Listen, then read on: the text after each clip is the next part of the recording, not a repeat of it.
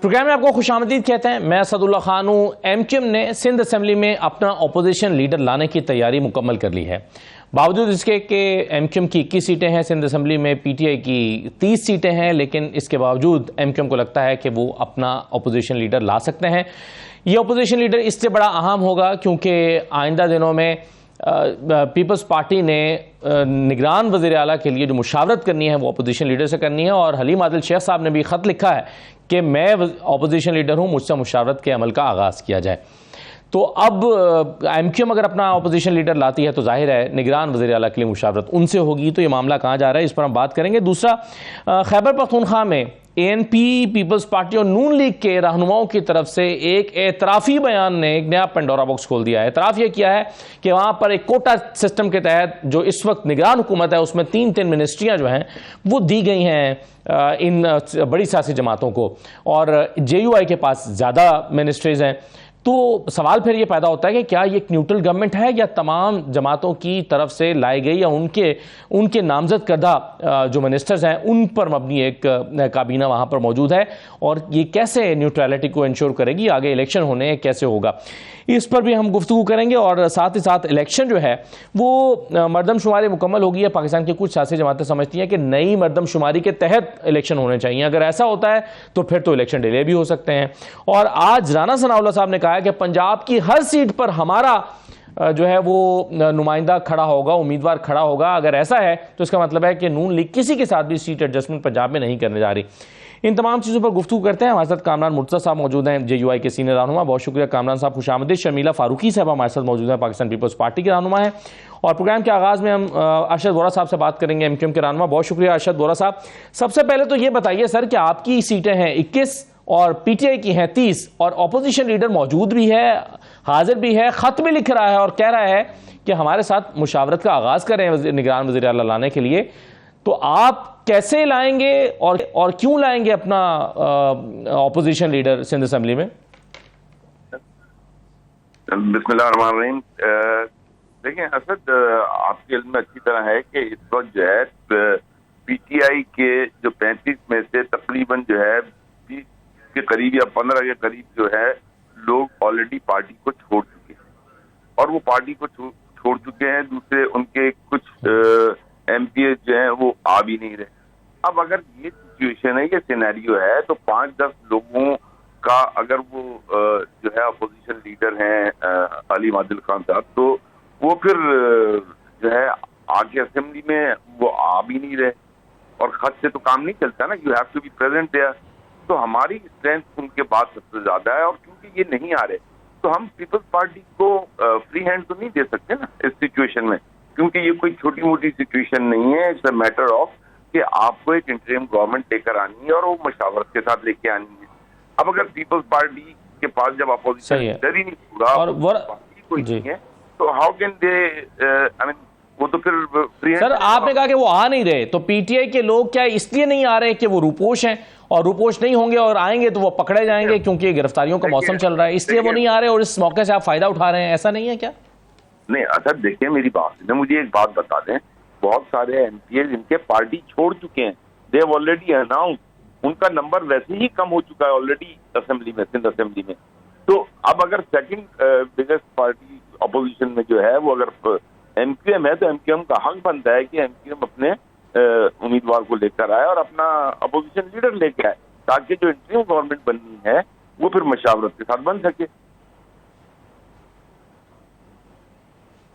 सही है। वोरा साहब, एक सवाल का और जवाब दीजिए, आपकी पार्टी का क्या यह मौक़िफ़ है कि नई मरदमशुमारी जो तकरीबन मुकम्मल हो चुकी है उसके मुताबिक इलेक्शन होने चाहिए, और अगर ऐसा होता है तो क्या इलेक्शन ताख़ीर का शिकार नहीं हो जाएंगे? देखिए, नई मरदमशुमारी के अभी तक तो रिजल्ट ही नहीं आया, ठीक है ना।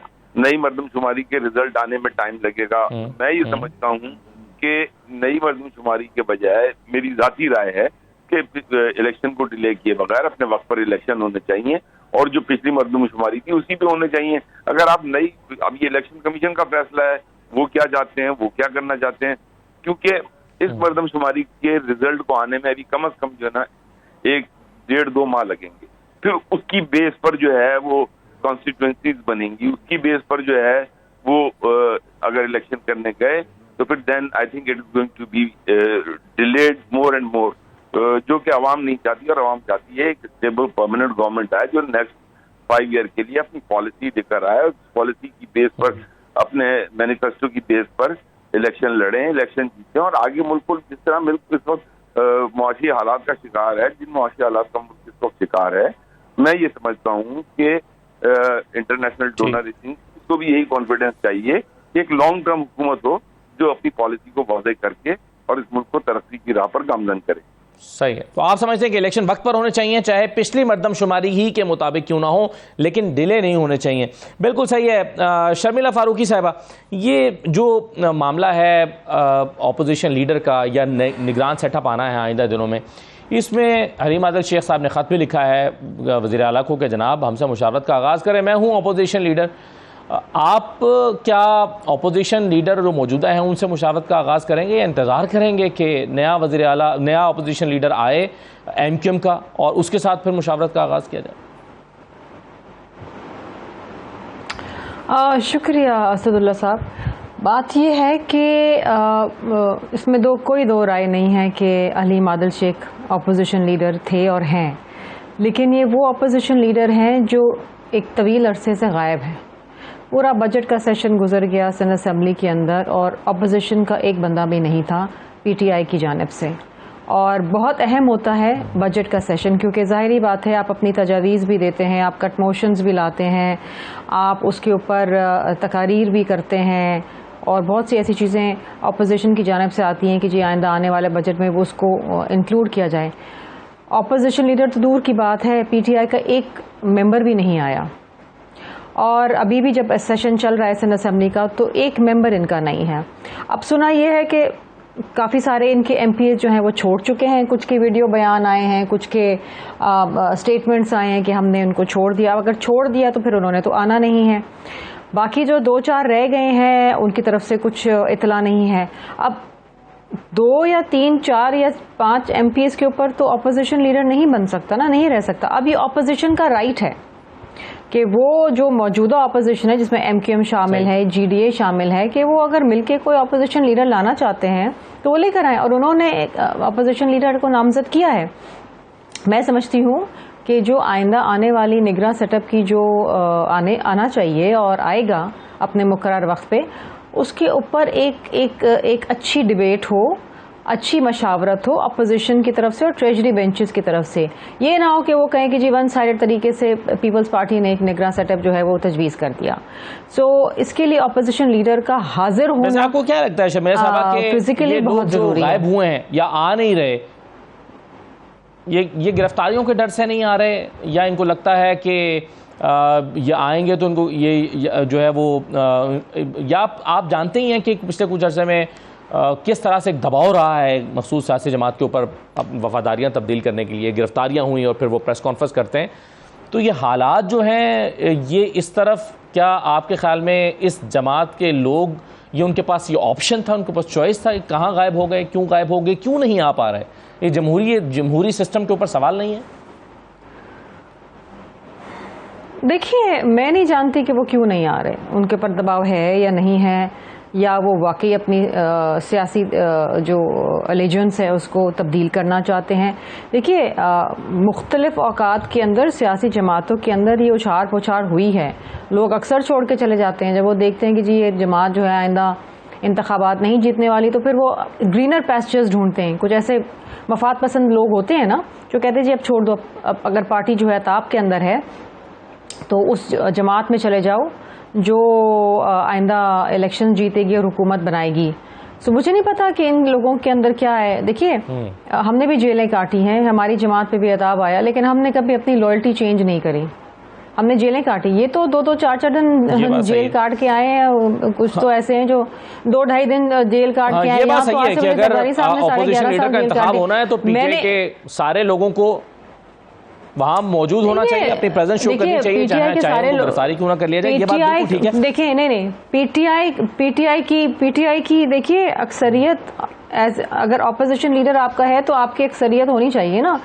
अगर उनकी 31 सीटें हैं तो फिर वो 31 के 31 मेंबर मौजूद हो ना, वरना तो दूसरी जमात का ये राइट है कि वो अपना ऑपोजिशन लीडर लेकर आए। सही है, बिल्कुल ठीक है। चलिए, मैं एक और मामला है कामरान मुर्तज़ा साहब, और वो ये है कि जो खैबर पख्तूनख्वा की बड़ी सियासी जमातें हैं, या नून लीग है, पीपल्स पार्टी है, ANP है, ये सब कह रहे हैं और एतराफ़ कर रहे हैं कि हम लोगों एक कोटे के तहत वजीर लगाए, लेकिन शिकायत उनको ये है कि JUI ने ज़्यादा वजीर लगा लिए हैं। नहीं, हमारा तो एक वजीर भी नहीं है। गवर्नर जो है ना वो ठीक है, वो गवर्नर की बात बनती थी। गवर्नर गुलाम अली साहब हमारे हैं, वो साथी हैं, सेनेटर भी रहे हैं और हमारे साथी भी हैं। मेरे इल्म के मुताबिक तो हमारा कोई एक वजीर भी नहीं है और वो बनता भी नहीं है, चूँकि केयर टेकर सेटअप था, तो कोई कोटे वाली बात भी नहीं है। मैं तो किसी ऐसे दोस्त को नहीं जानता गुलाम अली साहब गवर्नर के अलावा जो हमारा साथी हो और वो उन मिनिस्ट्रियों में हो। नहीं तो कामरान साहब, दो अब सवाल आपके इस बात से आते हैं सामने। एक तो ये है कि जो आपके साथ बाकी सियासी जमातें हैं वो कह रही हैं, वो इतराफ़ कर रही हैं कि हमारा है, और दूसरा इतराज़ ये कर रही हैं कि JUI के ज़्यादा हैं, आप कह रहे हैं हमारा नहीं है। तो लेकिन आपको एतराज़ इस बात पर नहीं है कि ये निगरान सेटअप में बाकी जमातों के 3 दिन वजीर क्यों बैठे हुए हैं? आपको एतराज़ नहीं है इस बात? मेरे इल्म के मुताबिक नहीं ऐसी बात कि कोई किसी का कोई एक्टिव मेंबर जो है ना, वो देखिए एफिलिएशन हो सकती है। ये हो सकता है कि कोई JUI को वोट करता हो, कोई ANP को वोट करता हो, कोई पाकिस्तान पीपल्स पार्टी को वोट करता हो। ये तो मुमकिन है और ये तो होना भी चाहिए, क्योंकि ये उसकी ड्यूटी है कि उसने किसी न किसी को वोट करना है। तो इस हवाले से शायद कोई दोस्त ये समझ रहा हो कि ये हमारे वजीर है, मगर एटलीस्ट जो है ना हमारा, आप देख लीजिए कि कोई भी एक्टिव मेंबर जो है वो वजीर नहीं है। गवर्नर जो है वो प्रोरोगेटिव था प्राइम मिनिस्टर का, वो उन्होंने एक जो तरीकाकार है दस्तूर के मुताबिक वो नाम किया गुलाम अली साहब का। इसके अलावा अगर कोई हमारा वजीर है तो ये नाम बता दे, मैं आपको बता दूंगा कि वो जो ना कोई हमारा कोई एक्टिव मेंबर रहा है या नहीं रहा है, मेरे इल्म में नहीं है। अगर इनके वजीर हैं तो फिर ये बेहतर जानते हैं, मगर हमारा कोई वजीर नहीं। सही है, चलिए इस पर शमीला साहबा की राय भी लेते हैं। लेकिन अरशद वोरा साहब, ये शफाफियत पर पहले से ये सवाल नहीं उठा रहे? अगरचे आपकी पार्टी उस तरह से खैबर पख्तूनख्वा में एक्टिव नहीं है, लेकिन फिर भी एज अ पॉलिटिकल पार्टी बहुत सारे सवालात मुख्तलिफ सूबों में उठ रहे हैं। तो खैबर पख्तूनख्वा, पंजाब में पहले ही तहरीक इंसाफ का ये इल्ज़ाम रहा है कि पंजाब में जो हुकूमत है, निगरान हुकूमत, वो न्यूट्रल नहीं है। अब खैबर पख्तूनख्वा में खुद जमातों का इतराफ़ कर लेना, तो इस पर बतौर सियासी जमात आपको हैरत नहीं हो रही? देखिए, रिकमेंडेशंस होती हैं असद, आपको भी पता है कि रिकमेंडेशंस होती हैं, डिस्कस किए जाते हैं, नाम आते हैं, and then you discuss it and finalise it. कोई पॉलिटिकली एफिलिएटेड, सीरियसली एफिलिएटेड, जैसे अभी कामरान मुर्तज़ा साहब ने कहा कि हमारा वोटर हो सकता है, हमारे से एफिलिएशन थोड़ी बहुत हो सकती है, but it does not mean sir voter होने में और अपना वजीर होने में तो फर्क है ना। असद देखिए, बात यह है कि it has to be with the mutual understanding of the opposition and the ruling party, ठीक है ना। अब जाहिर सी बात है कि जो लोग भी डिस्कस होकर आएंगे वो किसी न किसी तरीके से, मैं ये समझता हूँ कि मतलब ये कि उनकी न्यूट्रलिटी बरकरार रहनी चाहिए। They have to be neutral, ताकि और अभी जो सिंध में निगरान सेटअप आएगा उसमें आपके रिकमेंडेड होंगे लोग कैबिनेट में? आपकी तरफ से आएंगे कि 6 पीपल्स पार्टी लगा ले, 6 हम लगा लेते हैं, या वो कहेंगे जी हम बड़ी जमात हैं, हम 8 लगाएंगे, आप 4 लगा लीजिए? नहीं, ऐसा नहीं है, ऐसा बिल्कुल भी नहीं है और ऐसा होगा भी नहीं। ये तो देखें, जो निगरान हुकूमत का काम है, उनके they can't make any major decisions. उनका असल काम जो है, वो उनका काम ये है कि they have to transform the government to the newly elected government. तो ये एक टेम्पररी सेटअप है और इस टेम्पररी सेटअप में जो है वो हमेशा का तरीकाकार यही रहा है कि रिकमेंडेशंस जो हैं उनको एक्सेप्ट किया जाता है, उन पे सबका एग्रीमेंट होना चाहिए।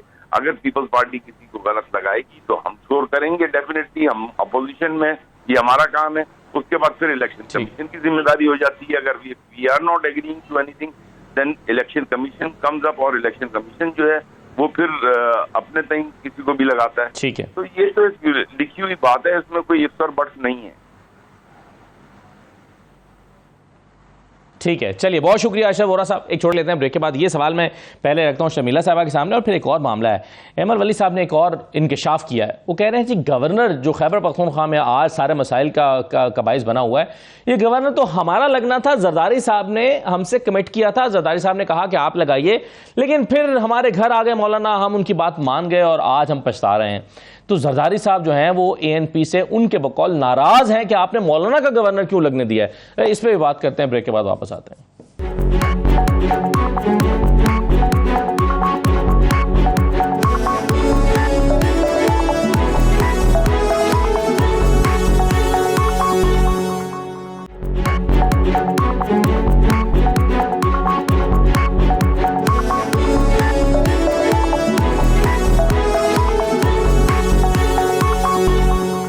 Welcome back. शर्मिला फारूकी साहबा, ये कैसी निगरान हुकूमत है खैबर पख्तूनख्वा में कि जहां सभी जमातों ने अपने 3-3 वजीर बांट रखे हैं। इस तरह तो शायद सिंध में फिर हुकूमत बनेगी तो MQM और पीपल्स पार्टी भी मिलकर यहाँ पर भी यही करेंगे। ये क्या इसकी न्यूट्रलिटी चैलेंज नहीं हो गई इस एतराफ़ के बाद खैबर पख्तूनख्वा में? देखिए, जहाँ तक मुझे मालूम है हर सेटअप न्यूट्रल होता है। हाँ, जिस तरह वजीर आला की निगरां वजीर आला की रिकमेंडेशन होती है ना, 3 रिकमेंडेशन अपोजिशन लीडर देता है, 3 रिकमेंडेशन ट्रेजरी बेंचेस देते हैं, तो इस तरीके से जाहिर बात है कि जो काबीना होती है उसमें भी रिकमेंडेशंस आती हैं। इसका मतलब ये नहीं होता कि उसके अंदर कोई पीपल्स पार्टी का जियाला बैठा हुआ है। जाहिर बात है, आप कहते हैं कि जी ये अच्छा है, ये बेहतर होगा, ये न्यूट्रल होगा, ये हमारी तरफ से रिकमेंडेशंस हैं। तो ये कहना कि जी 3 पीपल्स पार्टी के मिनिस्टर्स हैं, ये गलत बात है। पीपल्स पार्टी के कोई मिनिस्टर्स उसके अंदर नहीं है, पीपल्स पार्टी की रिकमेंडेशंस होंगी कि जी इन लोगों को ये तो खुद कुंडी साहब ने कहा कि 3 हमारे हैं, और इसी तरीके 3 से हमारे हैं। वो कह रही हैं कि 3 हमारे हैं। समर हारून साहब ने कहा 3 हमारे हैं। नहीं, तो ये तो खुद कह रहे हैं। देखिए, कुंडी साहब ने ये नहीं कहा कि 3 पीपल्स पार्टी के जियाले बैठे हैं। उन्होंने कहा 3 हमारे हैं, कि 3 हमारे रिकमेंडेशंस के हैं। 3 JUI के रिकमेंडेशंस के होंगे, 3 किसी और के रिकमेंडेशंस के होंगे, ANP के होंगे। इस तरह के रिकमेंडेशंस तो आती क्यों है है ना? ये रिकमेंडेशंस पर भी क्यों मिनिस्टर वजीर आला के लिए? देखे ना, कानून में तो सिर्फ शर्मिला साहबा ये है कि वजीर आला के लिए चीफ मिनिस्टर ने ऑपोजिशन लीडर के साथ मुशावरत करके लगाना है, बस। मैं जवाब दूं, फिर वो अपनी कैबिनेट खुद लगाएगा। मैं आपसे जी, आप गेस्ट को तो बात करने दें। मैं आपका सवाल समझ गई हूँ ना, मुझे जवाब तो देने दें। टाइम आपके पास वैसे ही कम होता है। बात यह है कि जब आप बैठते हैं और आप कहते हैं कि एक न्यूट्रल सेटअप आना चाहिए, और जब आप chief executive of the province को आप कहते हैं कि जी 3 मेरे रिकमेंडेशंस हैं, 3 आपके रिकमेंडेशन, फिर उसमें से एक पे फैसला होता है। इसी तरीके से काबीना के बाद डिस्कशन तो होती है ना कि ये डिस्कशन है जी ये बेहतर होंगे। जो वजीर आला जो आएगा वो अपनी एक रिकमेंडेशन देगा। इसी तरीके रिकमेंडेशन से आते हैं। इसका मतलब ये नहीं है कि कोई जियाला बैठा है या वहां पर कोई कुंडी साहब का कोई रिश्तेदार आके बैठ गया है तो जी वो पक्का पीपल्स पार्टी का है, या वो ANP का कोई समर का रिश्तेदार आके बैठ गया है वो ANP का है। तो देखिए आप, एंड एक चीज आपको भी मालूम है, मुझे भी मालूम, हर किसी को मालूम है, पाकिस्तान में हर शख्स लिटरली इज पॉलिटिकल। हर किसी की कहीं ना कहीं एलिजेंस है, कहीं ना कहीं वोट है। कोई पीपल्स पार्टी का वोटर है, कोई PMLN का वोटर है, कोई ANP का वोटर है। जाहिर बात है, जब आप KPK के अंदर बैठे हैं तो आपके डिफरेंट वोटर्स होते हैं, उनकी एलिजेंस होंगी कहीं ना कहीं। लेकिन इसका मतलब ये नहीं है कि वो सेटअप ही न्यूट्रल नहीं है या वो बंदा न्यूट्रल नहीं है। और वैसे भी मैं आपको एक बात बता दूं, आप भी जानते हैं, मैं भी जानती हूँ, ये सब जानते हैं कि जो निगरां सेटअप आता है ना, उसका काम पॉलिसी मेकिंग नहीं होता, उसका काम इलेक्शन करवाना नहीं होता, उसका काम होता है स्टेटस को मेंटेन करना। तो एनी केस वो कोई पॉलिसी डिसीजन नहीं ले सकते, ना वो कोई प्रोजेक्ट्स बना सकते हैं।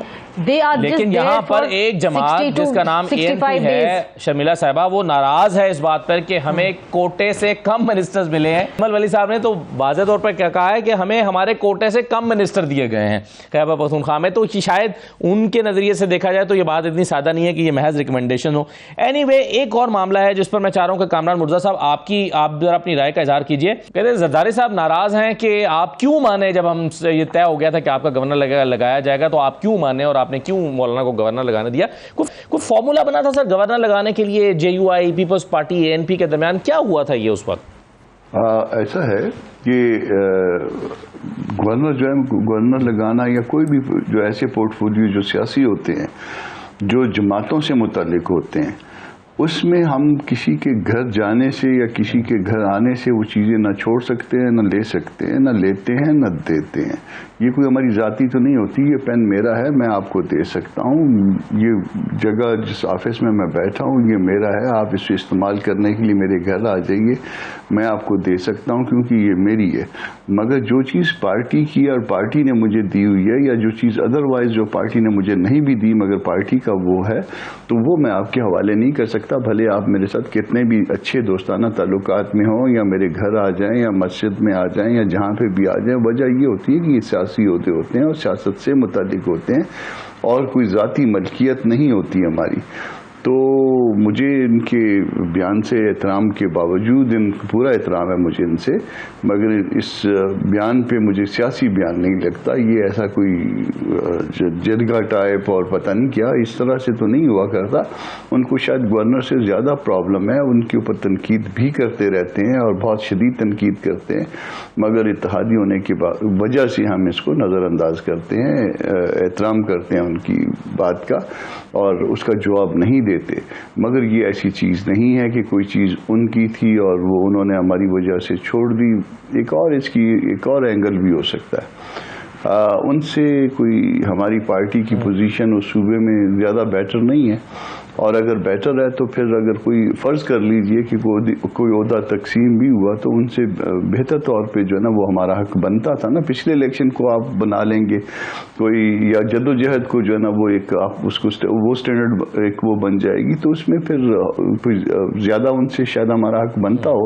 तो वो तो कहते हैं हमने 3 मिनिस्ट्रियाँ ली हैं, हमने तो कोई मिनिस्ट्री नहीं ली है, हमारा कोई मिनिस्टर नहीं है, हमारा ये गवर्नर है और दस्तूर के मुताबिक है, और ये तय हुआ होगा, प्राइम मिनिस्टर के लेवल पे तय हुआ होगा, पार्टीज के लेवल पे तय हुआ होगा। ये ऐसे नहीं है कि मेरे पास जो है ना 10 रुपए थे वो मैंने बांट दिए, 2 उधर, वो 2 उधर चले गए, 2 उधर चले गए। ये वैसे मेरा था मगर उसमें कामरान साहब ने ले लिया। खैर उनके बकौल तो वो पछता रहे हैं हिमायत करके। जी सही है। चलिए चलिए, शमीना फारूक साहब एक बात तो कैमल वाली की बात से अंदाजा होता है कि वो हाँ चले हाँ अब तो देर हो गई। अच्छा शर्मिला साहबा, लगता यह है कि पीपल्स पार्टी यानी, और ये हमारे इल्म में भी है कि आसिफ जरदारी साहब ने बड़ा इंपॉर्टेंट रोल प्ले किया था हुकूमत बनाने में। शहबाज शरीफ साहब को भी सपोर्ट किया था कि आप वज़ीर आज़म बन जाइए, और बाकी जगहों पर भी उन्होंने बड़ी मीटिंग्स की थी काफ लीग के साथ भी, और काफ़ी मुतहरिक थे। तो अब इस वक्त एक लड़ाई खैबर पख्तूनख्वा में बाकायदा नज़र आ रही है, इल्ज़ामात की एक बौछार है। गवर्नर खैबर पख्तूनख्वा से ना नून लीग खुश है, ना ANP खुश है, ना बाकी जमातें खुश हैं। तो क्या एक मरतबा फिर जरदारी साहब को आना पड़ेगा ये लड़ाई सुलझाने के लिए? देखिए, Peoples Party believes in consensus politics. हम सबको साथ लेके चलते हैं, हम नेशनल कंसेंसस डेवलप करते हैं। खैबर पख्तूनख्वा की आवाम को पहले भी हमने सर्व किया है, मुश्किल की घड़ी के अंदर सर्व किया है। खैबर पख्तूनख्वा को आपको याद होगा जब सदर जरदारी साहब प्रेसिडेंट थे पाकिस्तान के, तो खैबर पख्तूनख्वा को उसका नाम दिया, और ये उनकी एक बहुत दरीना ख्वाहिश थी। तो हमने कोशिश हमेशा की है कि हम वहाँ के लोगों को सर्व करें।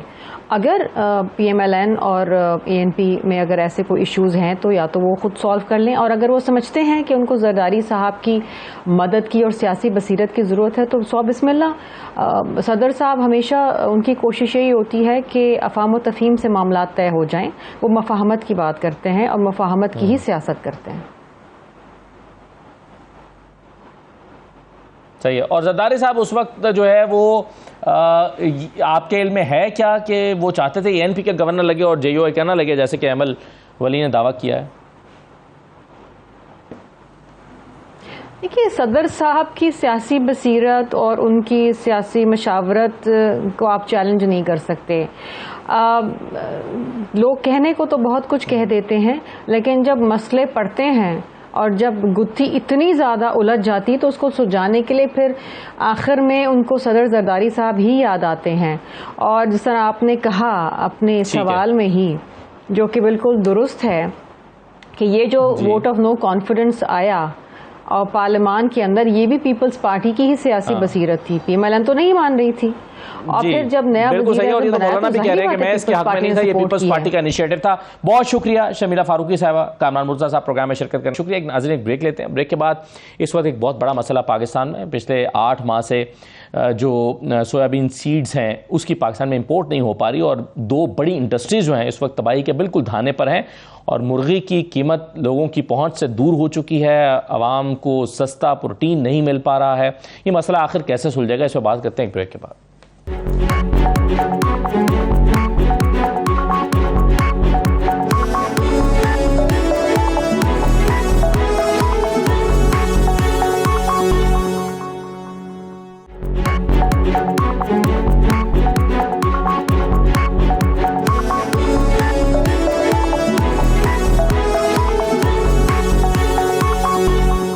ब्रेक के बाद आपको दोबारा खुशामदीद कहते हैं। एक मसला जो पिछले 8 महीने से मुसलसल चल रहा है, इसके लिए आवाज़ उठाई जा रही है, लेकिन ये मसला हल नहीं हो पा रहा। सोयाबीन सीड्स की दरामद पर मुसलसल पाबंदी है, और इसकी वजह से पोल्ट्री की सनत जो है वो शदीद बहरान का शिकार है। सिर्फ पोल्ट्री ही नहीं, बल्कि सॉल्वेंट एक्सट्रैक्टर जो एसोसिएशन है, ये भी सॉल्वेंट एक्सट्रैक्शन की जो कंपनी है, जो इंडस्ट्री है, ये भी शदीद बहरान का शिकार है। अब मामला यह है कि कुछ चीज़ें मैं आपके सामने जो फैक्ट्स हैं वो रख देता हूं, और फिर हम इस पर थोड़ी सी गुफ्तगू करते हैं। मामला यह है, पोल्ट्री एसोसिएशन का कहना है कि सोयाबीन मील जो है ये मुर्गी की खुराक का बुनियादी जुज़्व है, और इसका कोई मुतबादल नहीं है। फिर गुज़श्ता 8 माह से सोयाबीन सीड्स की दरामद पर पाबंदी है, जिसके बायस खाम माल नापैद हो चुका है। पैदावारी लागत में बेपनाह इजाफे के बायस 40% पोल्ट्री इंडस्ट्री बंद हो चुकी है। मुर्गी के गोश्त की कीमत 680 के करीब पहुंच चुकी है। कीमतों में 67% तक इजाफा हुआ है, यह भी पाकिस्तान पोल्ट्री एसोसिएशन का कहना है। सोयाबीन की इंपोर्ट पर पाबंदी से पोल्ट्री और सॉल्वेंट इंडस्ट्री को अरबों रुपए मालियत का नुकसान हो चुका है। सोयाबीन इंडस्ट्री की जो सीड्स हैं उसकी दरामद पर पाबंदी हर रोज पाकिस्तानी अवाम पर 1 अरब 30 करोड़ का बोझ डाल रही है। इसके अलावा सोयाबीन की इंपोर्ट पर पाबंदी ने लाखों अफराद को बेरोजगार कर दिया है। पाबंदी बरकरार रहने से मजीद बेरोजगारी का खदशा है, और पाकिस्तान पोल्ट्री एसोसिएशन और APSEA का कहना यह है कि सोयाबीन की इंपोर्ट पर पाबंदी शदीद तरीन ग़ज़ाई किल्लत का खदशा जाहिर कर रही है, और इससे लगता यह है कि इससे मजीद जो ग़ज़ाई किल्लत है वो बढ़ेगी, क्योंकि अभी मार्केट में तो शायद जो कीमत है वो मुकर्रर की जाती है 650 के करीब, लेकिन मुर्गी का गोश्त कहीं पर 750 और कहीं 800 रुपये में मिलता है, और खदशा ये है। और फिर मुर्गी की सनत से जुड़ी हुई और बहुत सारी जो फूड इंडस्ट्री है उसके सनत से जुड़े हुए लाखों अफराद हैं, वो सब मुतासिर हो रहे हैं। मेरे साथ नवाबजादा शहजाद अली खान साहब मौजूद हैं, पेटर इन चीफ हैं all Pakistan solvent extractor association के। बहुत शुक्रिया शहजाद साहब प्रोग्राम में शिरकत करने के लिए। शहजाद साहब, मसला क्या है? 8 महीने से सोयाबीन सीड्स की दरामद पर पाबंदी लगाई गई है, आपके साथ मुज़ाकरात भी हुए हैं, क्यों इजाज़त नहीं दी जा रही? वो जो सोयाबीन के शिप्स हैं वो क्यों रोके गए हैं, क्यों वो उनको अलाउ नहीं किया जा रहा? थैंक यू वेरी मच जी। बिस्मिल्लाहिर्रहमानिर्रहीम। ये अक्टूबर 2022 में हुकूमत Pakistan ministry of national food security को एकदम ख्याल आया कि ये तो मुल्क में GMO सीड आ रहा है, जबकि GMO सीड की इंपोर्ट का कोई फ्रेमवर्क ही नहीं मौजूद था, तो उसमें कोई तफरीक नहीं थी कि GMO है या नॉन GMO है। और पिछले 15 साल से 20 साल से मैं खुद इंपोर्ट कर रहा था, बाकी सारी इंडस्ट्री भी इसको रेगुलरली इंपोर्ट कर रही है।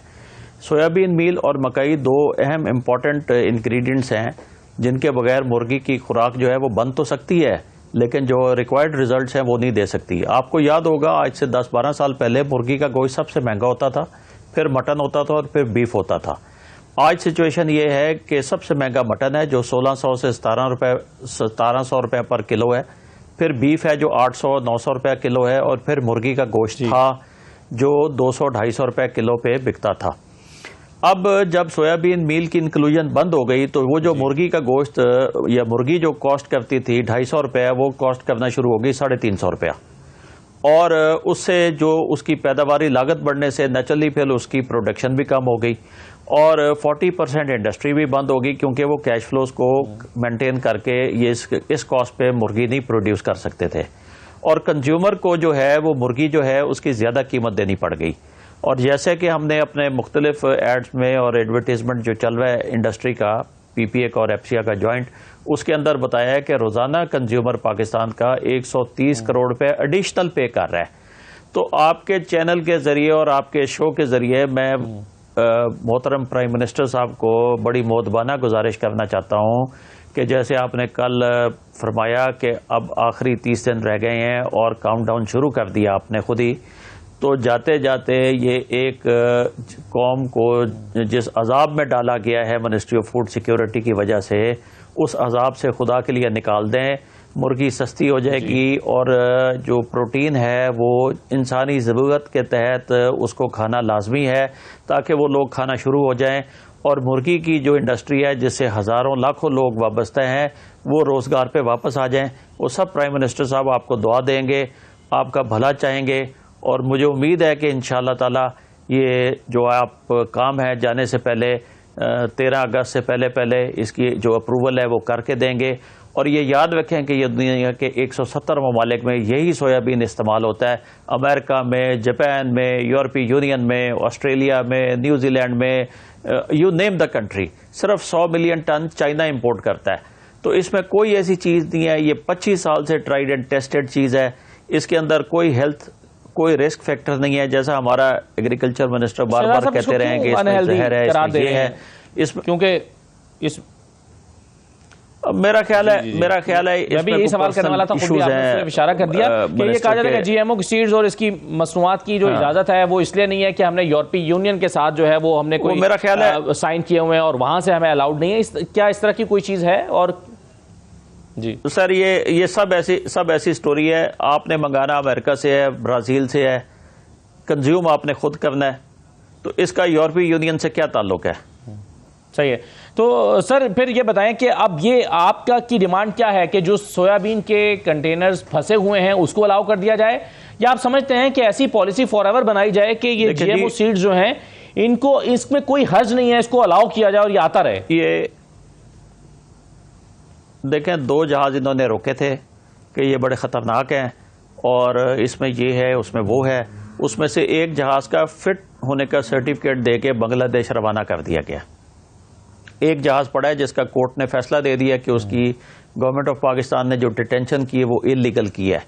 उसके ऊपर इंडस्ट्री ने हर्जाने का मुकदमा भी दाखिल कर दिया हुआ है और उसके ऊपर जितनी कॉस्ट आएगी वो भी हुकूमत पाकिस्तान से क्लेम की जाएगी कि ये जो अरबों रुपए का लोगों का नुकसान हो गया है ये इनके गलत फैसले की वजह से हुआ है। और मैं समझता हूं कि मिनिस्ट्री ऑफ फूड एग्रीकल्चर ने गलत फीडिंग की कैबिनेट को भी और गुमराह किया अपने बाकी कोलीग्स को भी, जबकि इशू और था। और जो मैं शायद टीवी चैनल पे ना बताना चाहूँ, लेकिन अगर प्राइम मिनिस्टर साहब ने मौका दिया या मुझे मौका मिला बात करने का तो मैं उनको डेफिनेटली बताऊंगा। कुछ उनके इल्म में भी है कि इशू पर्सनल है जिसको उन्होंने पर्सनल से नेशनल इशू बना दिया है। अच्छा, तो शहजाद साहब ये बताइए कि इससे तो अब जाहिर है एक तो चलें सारिफ मुतासर हो रहा है ना, जो 250-300 रुपए की मुर्गी को 800 रुपए तक में खरीद रहा है, एक तो वो मुतासर हो रहा है। लेकिन इस सनत से डायरेक्टली एंड डायरेक्टली जो है वो कितने लोग वाबस्ता हैं जो इफेक्ट हो रहे हैं? क्योंकि बराह रास्त गोश्त की इंडस्ट्री, फिर उसके बाद फिर बहुत सारी जो फूड इंडस्ट्रीज जो हैं इससे वाबस्ता हैं, होटल्स की चेन्स हैं, वो भी ज़ाहिर है इससे मुतासर होती हैं, कारोबार कई तरह के मुतासर हो रहे हैं। तो कितने लोग आपके ख्याल में इफेक्ट हो रहे हैं इससे? सर, इस काम से पूरे पाकिस्तान में जितने लोग हैं हर कोई इफेक्ट हो रहा है। 3 साल का बच्चे से लेके जब 80 साल का हर आदमी इफेक्ट हुआ है, क्योंकि वो मुर्गी की महंगी कीमत अदा कर रहा है। और जहां तक बात रही एम्प्लॉयमेंट की, तो मैं बताऊं आपको कि पोल्ट्री सेक्टर और हमारा solvent industry, we have the largest employers in this country. क्योंकि हम लोग ऑर्गेनाइज नहीं है और हमारी गिनती वैसे नहीं है जैसे नॉर्मल टेक्सटाइल इंडस्ट्री करा लेती है, तो इस वजह से वो किसी नंबर्स पे नहीं आ रहा होगा। बट जो आपकी डेयरी और पोल्ट्री सेक्टर है ये हाईएस्ट एम्प्लॉयर है इस मुल्क में और उनका रूरल इकोनॉमी में बड़ा मेजर कंट्रीब्यूशन है। और हम इसको सिर्फ मुर्गी देख रहे हैं, जो आपकी कैटल इंडस्ट्री है वो भी बड़ी बुरी तरह अफेक्ट हुई है, क्योंकि जो आपके मिल्क की प्रोडक्शन है वो बैडली अफेक्ट हुई है इस वक्त। जो भैंस आपको 20 लीटर दे रही थी वो शायद 15 लीटर 14 लीटर पे आई हुई है, तो उससे उसकी कॉस्ट भी ज्यादा हो गई है। तो ये इतना सिंपल इशू नहीं है और इसमें कोई इशू भी नहीं है। देखिए ना, दुनिया के 170 मुल्कों में तहकीक करके उन्होंने इजाजत दे दी हुई है, तो पाकिस्तान को क्या इशू है? पिछले 4 साल से मिनिस्ट्री ऑफ क्लाइमेट चेंज जो है वो रिक्वेस्ट लेके बैठी हुई है और जो उनके जो लोग हैं, कंसर्न लोग हैं, वो एक पॉइंट निकालते हैं। अब जब ये मसला हुआ अक्टूबर में तो उन्होंने इसको सीरियस एफर्ट दी। उसके ऊपर 2 टेक्निकल कमेटीज बैठी जिसमें 30-30, 40-40 लोग थे फ्रॉम ऑल सेक्टर्स। उन्होंने भी अप्रूव कर दिया कि टेक्निकली ठीक है, आप इसको इंपोर्ट की इजाजत दे दें। उस दोनों कमेटीज की अप्रूवल को भी 3 महीने से ज्यादा हो गया है, हम उस प्रोसेस को फॉलो नहीं कर रहे और हम उन समरीज को लेके बैठे हुए हैं और ये नहीं एहसास कर रहे हैं कि हर रोज जो है वो गरीब आदमी की जेब से, पाकिस्तानी कौम की जेब से 130 करोड़ रुपए on daily basis drain out हो रहा है। जिस दिन हमने ये रियलाइज कर लिया, आप यकीन करें कि रात भी नहीं गुजरेगी और इसकी अप्रूवल देंगे और कहेंगे कि इसको as early as possible import किया जाए ताकि बैक टू नॉर्मल बिजनेस हो सके। शहजाद साहब, ये एक तरफ आप कह रहे हैं कि 170 ममालिक इसको इस्तेमाल कर रहे हैं, जाहिर है उन ममालिक में वो ममालिक में है जिनका पूरा रिसर्च एंड डेवलपमेंट का पूरा सिस्टम है और वो अनहेल्दी चीज़ को तो अलाउ कर ही नहीं सकते। और फिर पाकिस्तान में आप कह रहे हैं कि कमेटियां बनी और उन कमेटियों ने भी अप्रूवल दे दी, तो फिर रुकावट कहाँ पर आकर खड़ी है? कौन सी जगह है जहाँ रुकावट है? क्या मिनिस्ट्री ऑफ फूड सिक्योरिटी की तरफ से इशू है या क्या मसला है? मेरा नहीं ख्याल इस वक्त मिनिस्ट्री ऑफ फूड सिक्योरिटी की बजाय मिनिस्ट्री ऑफ क्लाइमेट चेंज में इशू है, क्योंकि वहां पे ये उनका सब्जेक्ट है, मिनिस्ट्री ऑफ फूड सिक्योरिटी का नहीं है। और मिनिस्ट्री ऑफ फूड सिक्योरिटी ने भी जो अपने कमेंट्स दिए मिनिस्ट्री ऑफ क्लाइमेट चेंज को, उसमें उन्होंने लिखा है कि इसकी स्वीट की इजाजत दी जाए, बल्कि उन्होंने ये भी लिखा है कि इसको पाकिस्तान ग्रो करने की भी इजाजत दी जाए, कि इसकी डोमेस्टिक प्रोडक्शन भी की जाए। और आप ये देखें कि इसको एफटीए ने अप्रूव किया हुआ है, जो यूएस का सबसे दुनिया का रेप्यूटेबल इदारा है। और एफटीए ऐसी किसी चीज को अप्रूव नहीं करता। दुनिया में 400 मिलियन टन सोयाबीन सालाना प्रोड्यूस होता है। 100 मिलियन टन मैंने आपको गुजारिश की कि सिर्फ चाइना लेके जाता है। अगर कोई ऐसी चीज इसमें होती, हमारे पास तो सिर्फ 2 से 2.5 मिलियन टन आता है। और आपको दूसरी बात बताऊं कि बांग्लादेश के भी सेम लॉज हैं जो पाकिस्तान के हैं। और आप गूगल करके देखें कि बांग्लादेश 3.5 मिलियन टन सोयाबीन हर साल इंपोर्ट करता है। तो हमारे पता नहीं लॉज में प्रॉब्लम है या उनकी इंप्लीमेंटेशन में प्रॉब्लम है, या सर आज अगर ये मसला हल हो जाता है जो शहजाद साहब जी, आपने वजीर आजम से दरख्वास्त की है और वजीर आजम जो है वो अगर इस दरख्वास्त पर गौर करते हैं, उनके पास जैसे कि आपने कहा कि 30 दिन रह गए हैं, अगर वो इस मसले को हल करते हैं, बैक टू नॉर्मल होने में कितना टाइम लगेगा इंडस्ट्री को? देखें सर, पाकिस्तान ने अपनी क्रेडिबिलिटी बड़ी बुरी तरह डैमेज कर ली है। और अगर हम समझें कि दुनिया की ट्रेड पाकिस्तान की ट्रेड के ऊपर डिपेंडेंट थी, तो मैंने जैसे आपको गुजारिश किया कि हम 2 से 2.5 मिलियन टन इंपोर्ट करने वाले हैं और दुनिया में 400 मिलियन टन ट्रेड होता है। तो पाकिस्तान की कोई ऐसी सब्सटेंशियल पोजीशन नहीं है इस ग्लोबल ट्रेड के अंदर। तो हमें जाके बहुत मुश्किल से अपना कॉन्फिडेंस लेवल रिस्टोर करना होगा। पाकिस्तान से एलसीज का भी प्रॉब्लम है। तो बट मुझे उम्मीद है कि इंशाल्लाह 3 महीनों में चीज़ें बैक टू नॉर्मल हो जाएंगी, क्योंकि दोबारा एक दफ़ा रिस्टोर करने पड़ेंगे कनेक्शंस को, बिजनेस रिलेशंस को। उसके बाद एलसीज खोलेंगे, फिर वहाँ से फिजिकल शिपमेंट्स होगी। तो 3-1 महीने लग जाएंगे, लेकिन इंशाल्लाह ताला 3 महीनों में आप जैसे ही जिस दिन भी इसकी इजाज़त हुई, उसके गिन के 90 डेज बाद आपको महसूस होगा कि चिकन की कीमत जो है उसमें ड्रास्टिक जो है प्राइसेस कट डाउन हुई हैं। और अगर शहजाद साहब खुदा न खास्ता ऐसा नहीं होता और वज़ीर आज़म साहब जैसे 8 महीने से मामला लटका हुआ है, मजीद 1 महीना आपकी बात नहीं सुनते, क्या होगा इसके बाद? यानी पिक्चर आप क्या देखते हैं, इंडस्ट्री की पिक्चर क्या देखते हैं, आवाम की सूरत हाल, और फिर ये कैसे नॉर्मेलिटी की तरफ कैसे आएगी इंडस्ट्री? देखें सर, ये लेटर और सूनर तो लानी पड़ेगी। आप कितना अरसा कौम को पेनलाइज कर सकते हैं और क्यों करेंगे? और मैं नहीं समझता कि प्राइम मिनिस्टर जो हमारे हैं वो ये काम करेंगे। प्राइम मिनिस्टर को बहुत ज़्यादा एहसास है कौम का, और देखें उन्होंने कितनी एफर्ट की है IMF के प्रोग्राम के लिए, पाकिस्तान को बैंकरप्सी से बचाया। प्रॉबेबली उनके पास ज़्यादा इंपॉर्टेंट इश्यूज थे, लेकिन आपके चैनल के ज़रिए और बाकी मीडिया के ज़रिए जब हम उनकी तवज्जो इस तरफ दिलवाएंगे, तो मुझे बिल्कुल आई एम वेरी होपफुल कि इंशाल्लाह ताला ये हुकूमत अपने टाइम ख़त्म करने से पहले इसकी अप्रूवल कर जाएगी और उसके साथ ही ये प्रोसेस स्टार्ट हो जाएगा इसकी इंपोर्ट का। क्या शहजाद साहब इस इंडस्ट्री के लिए कोई बैकअप मौजूद है इन केस के ये नहीं होता, जिस तरह से पिछले 8 महीने से नहीं हो पा रहा? क्या कोई बी प्लान या कोई दूसरा रास्ता, मुतबादल रास्ता मौजूद है? जी जी बिल्कुल है। बी प्लान पे हम लोग चल रहे हैं। हमारी इंडस्ट्रीज जो हैं वो कनोला सीड इंपोर्ट कर रही हैं और कनोला सीड पे हम लोग चल रहे हैं। मसला हमारी वायबिलिटी या हमारी फैक्ट्रियों के चलने का नहीं है, मसला है पाकिस्तान की कौम का। पाकिस्तान की कौम ने किस तरह अपनी प्रोटीन रिक्वायरमेंट्स पूरी करनी है। जी, जब आपकी प्रोटीन रिक्वायरमेंट्स नहीं पूरी होंगी तो अंडर न्यूट्रिशन होंगे आप लोग, आपके बच्चों के दिमाग वैसे ग्रो नहीं कर सकेंगे और इसके बहुत लॉन्ग लास्टिंग इफेक्ट्स हैं। तो ये सारी चीज़ें सामने रख के मुर्गी महंगी रहेगी, तो नेचुरली जब 40% इंडस्ट्री बंद होगी तो हमारा भी 40% बिजनेस लॉस होगा, लेकिन हम उसको एडजस्ट कर सकते हैं। देखिए 6 महीने 1 साल इंडस्ट्री को सस्टेन करना कारोबार है, लॉसेज आ जाते हैं, लेकिन पूरी कौम को पेनलाइज करना है, और फॉर व्हाट? या तो उसके लिए कोई बड़ा मंतक हो ना, जिसमें या तो हमें बुला के समझा दें कि भाई इसमें ये प्रॉब्लम है और ये नहीं हो सकता, कौम को बता दें कि इसमें ये प्रॉब्लम है। आप कहते हैं कि इसमें प्रॉब्लम भी कोई नहीं, टेक्निकल कमेटीज बिठाते हैं, वो कहते हैं बिल्कुल ठीक है। आपने दूसरी टेक्निकल कमेटी बिठाई, उसने भी कहा ठीक है। नेशनल बायोसेफ्टी कमेटी जो है उसने भी कहा बिल्कुल ठीक है, आप इसको इंपोर्ट कर लें। तो फिर क्या प्रॉब्लम है? अप्रूवल करने में 3 से 4 महीने लग गए। इतना तो टाइम टेक्निकल कमेटीज को इस इशू को देखने में नहीं लगे, जिन्होंने पूरी स्टडी करके अप्रूव किए हैं इसको। तो मुझे उम्मीद है कि प्राइम मिनिस्टर साहब जो हैं वो जाने से पहले, इस टर्म के खत्म होने से पहले इसको डेफिनेटली अप्रूव करेंगे और कौम को इस महंगाई की निजात से दिलवाएंगे, मुर्गी की महंगाई से। ठीक, बहुत शुक्रिया नवाबजादा शहजाद अली खान साहब। प्रोग्राम में के लिए एक बहुत बड़ा मसला है, 8 महीने से सोयाबीन के जो सोयाबीन सीड्स हैं उसके कंटेनर्स रुके हुए हैं, उसको इजाज़त नहीं मिल रही शिप्स को कि वो पाकिस्तान में इंपोर्ट हो सकें, और उसके नतीजे में जो सनत, न सिर्फ जो मुर्गी की सनत है वो, बल्कि उससे जुड़े लाखों लोग मुतासर हो रहे हैं। और सिर्फ वही नहीं जो इस कारोबार से वाबस्ता है, बल्कि आवाम भी उनकी चूँकि कीमतें पहुँच से दूर हो गई हैं और वो मुर्गी इस्तेमाल नहीं कर पा रहे, और उनकी जो एक सस्ती प्रोटीन का एक सोर्स था वो एक तातुल का शिकार होकर रह गया है। तो हमें यकीन है कि इस मसले का कोई ना कोई हल निकालने के लिए हुकूमत ज़रूर इस पर तवज्जो देगी। आइए, आज का प्रोग्राम था, इजाज़त दीजिए, अल्लाह हाफ़िज़।